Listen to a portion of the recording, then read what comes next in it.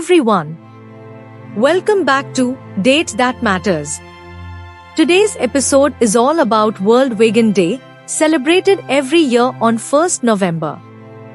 Whether you're a seasoned vegan, just exploring, or simply curious, World Vegan Day is the perfect time to learn more about a lifestyle that's growing around the world. Veganism isn't just about food, it's a lifestyle that respects animal welfare, aims to reduce environmental impact, and promotes better health. It all began back in 1944 when the term vegan was coined, and ever since, World Vegan Day has been celebrated to highlight the benefits of living plant-based. So, why go vegan?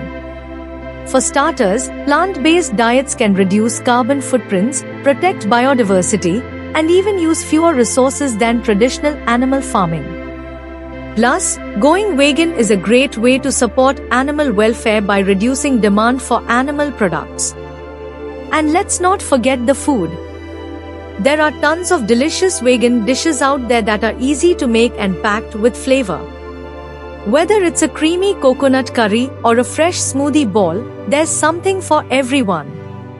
So, why not give a vegan meal a try today, or at least learn a little more about this impactful lifestyle? Thanks for watching, and remember, every small step counts.